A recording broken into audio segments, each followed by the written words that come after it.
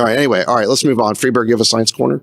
I was going to share this was last week. I think we talking about it this week. So there was a paper that is a pretty compelling paper published by a team led out of Harvard on identifying what may be the core driver of aging and demonstration on an ability to kind of reverse aging.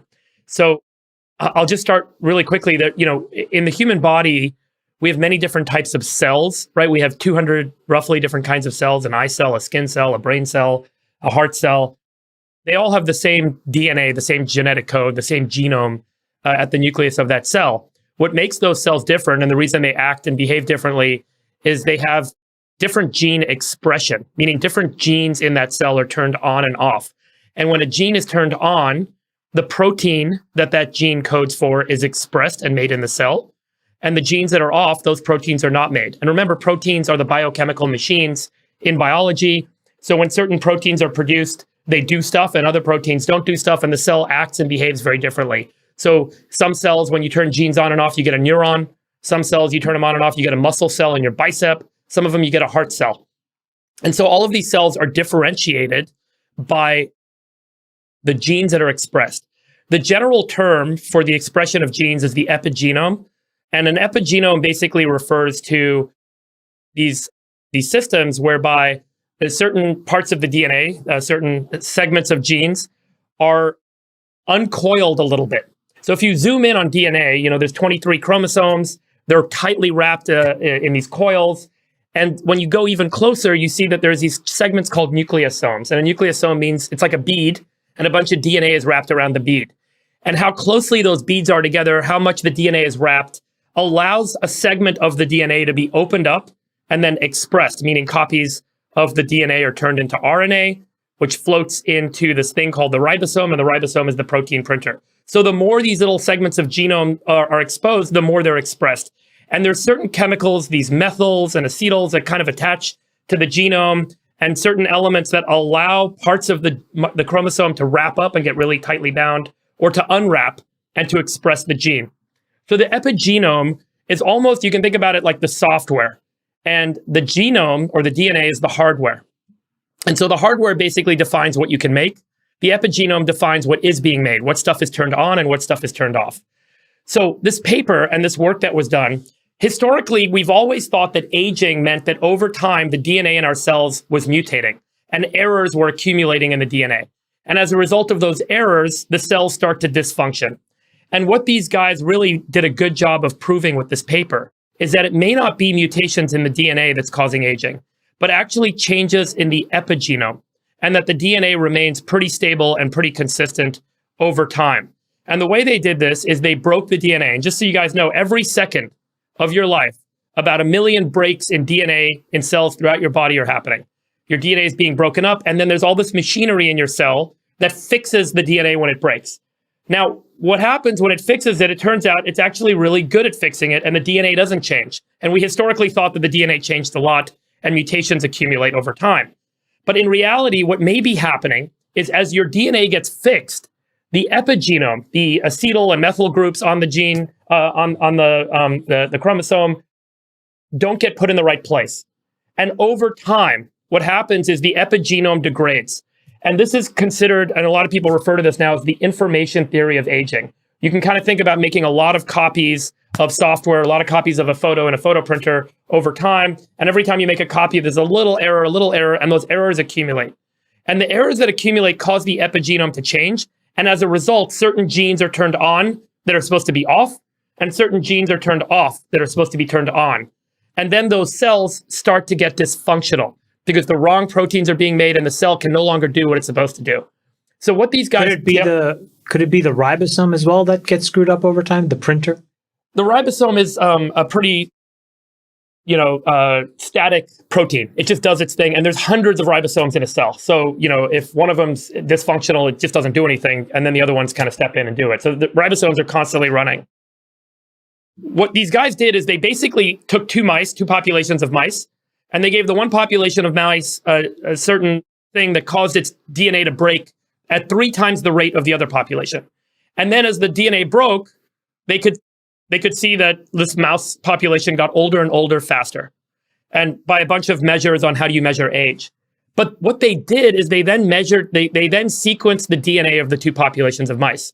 And what they showed is that the older mice, the ones that had their DNA changing a lot, by the way, these were genetically identical mice, the ones that had their DNA broken a lot more, they had the correct genome. Their genome was the exact same as the other mice that stayed young. And so what that tells us is that it's the epigenome and not the DNA itself that's changing. So then here's what they did. Remember last year we talked about Yamanaka factors, which are these 4 proteins, these 4 molecules that can be applied to DNA, to a cell, and they cause all of the gene expression to reset back to looking like a stem cell. And remember, all of those differentiated cells come from a stem cell. And when they did that, the older population of mice suddenly started to act younger, and all of the measures of age reversed. And they did this across different tissue types. They measured this in a lot of different ways: cognitive function, health, cellular health, etc. And so it is not just a fantastic new proof point of how Yamanaka factors can actually reverse age, but it demonstrates that the epigenome itself is what is the core driver of aging. And you guys remember Altos Labs raised $3 billion in a seed round last year. And you remember at the end of 21, I said like Yamanaka factors and aging research is going to be kind of the next hot thing. I think this paper is going to be one of the seminal papers that really kind of illustrates and proves the point that this epigenome is the driver of aging. And as we now are investing a lot of money in figuring out how Yamanaka factors and other transcription factors like the Yamanaka factors can be applied in specific ways to actually reverse aging and cause the cells to start functioning correctly again. And then people will start to act and resolve in a healthy way once again. There's a lot of work to go between here and there, but now we have a much more kind of definitive proof point that this information theory of aging may be real, that it's tied to the epigenome, and that there are solutions that can work. And we have to figure out how to put them together and how to engineer a fantastic outcome. So really great paper by a team led out of Harvard. I think really validates a lot of the work and the money that's going into this space, both in the public and the private sector. And obviously a lot of new startups kind of chasing this opportunity to figure out how we can use these transcription factors to reverse aging, and that this may end up leading us to a much kind of healthier life. And by the way, when they applied those Yamanaka factors to the mice lived 107% longer than they were supposed to. But more importantly, the health span as it's defined improved. So the mice not only lived longer, but they actually lived healthier. All the measures of healthiness in the body improved. So it's a really kind of Friedberg, powerful is this going to help us in the next 10 years? It may. Yeah, it very well may. There are now some therapeutic efforts. Is that how long they gave you Sachs? They gave you Science Corner. I feel like Science Corner should only discuss things that can happen in the next few years. Let's put it that way. Or is that the wrong way to look at it? I'll tell you one thing for sure. You can make money as an investor over the next 10 years in finding the right teams that are going to have the highest likelihood of progressing clinical trials in this space. I will say that there may be clinical trials that can come to market really fast, particularly with kind of these ex vivo therapeutics where you take cells out of your body, apply the Yamanaka factors, and then put them back in your body for certain tissue types, like eye cells, for example, or T cells in your blood. There's a lot of ways that this may come to market faster. And it's not just about reversing your age overall, but reversing the age of certain cell types in your body that can then have profound health impacts in the near term. So that's the kind of stuff that's going to start to come through clinical stage sooner than later. And then maybe, some number of years down the road, we figure out a way to reverse the age in all the cells in our body, and the whole body becomes more youthful. But for now, it's going to be targeted cells in a very specific way to reverse aging and improve health. Very powerful, very interesting, lots of investment opportunity, and certainly some very smart folks. So what do you think the realistic time frame is for reversing aging? Because we need that bad. 30 years. 30 years? Shit. Yeah. But I think I'll be 80. That's when you're going to need it the most. No, but that's when you'll need it the most. But Friedberg, if we live to 80, does that mean we're going to be able to live to 100 because we'll be able to reverse age? Well, it depends. I think the question is, can you live well to 100? I think that's the question. We don't know. But if you could reverse aging. Yeah, but we don't know what that means, because there's all kinds of things that you inherit over time that this may not. For example, if you have long-term heart disease, I could see how the cells could get healthier, but it can't eliminate the plaque in your arteries. Right. That's totally hardened calcium. That's so right. that shit's there. So you have to live well. Same with Alzheimer's. Like Alzheimer's has there's a plaque element, but the cause of that and the cellular dysfunction may be reversible. It could definitely be that injury rates of older people, hips, knees, shoulders, arms, all the sort of like soft musculoskeletal stuff, you can really do a good job of, because at the same time as you get older, like people intake less protein, they process it less well, you lose a lot of muscle mass as you get older. Those are things that I think are like short-term solutions. But no, to be honest with you, Sax, the stuff that really can screw you, which is heart disease and brain function, this probably won't do much for a long time. So JKL is screwed. Yeah.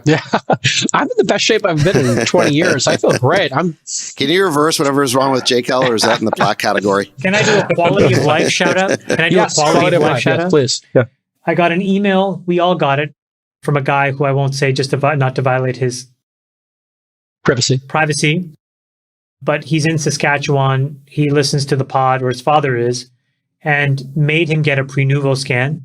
Flew the father to Vancouver. They found a 5-centimeter cancerous tumor on his kidney, and 3 days ago had it removed, and looks like guy's totally healthy and eliminated. Here's the thing. So another life saved on the pod.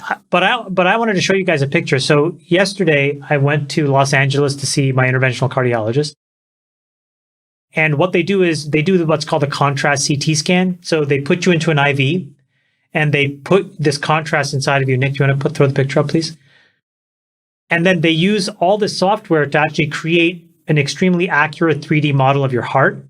And what they can do is go inside of your arteries and actually measure the calcium buildup. I've mentioned this before. This is a service called HeartFlow, HeartFlow. In any event, my calcium score is still 0. Thank God, touch wood, keep grinding. But I just wanted to put this out there for anybody who has a history of heart disease in their family, for them or for their parents or what have you. If you go and ask your doctor, this is a third-party service that they can do it. You go get a contrast CT and you can get a very accurate sense of your heart health. This is amazing. They found... It's incredible. They found that you have a heart. They did find that I have a heart. This is incredible technology, because all of us, we were trying to find if you had a heart for all this 112 episodes. Dr. Carlsberg was shocked. Breaking news. They found a heart. It looked huge. It looked like Secretariat's Looks heart. like he's got a big heart. Yeah. Yeah. I do have a big heart, boys, as you guys know. No, I mean, this is shocking for the audience. Is all that of us actual size? That can't be actual size. His heart's bigger than his brain. It's got a big heart. Well, I'm glad you're healthy, Ben.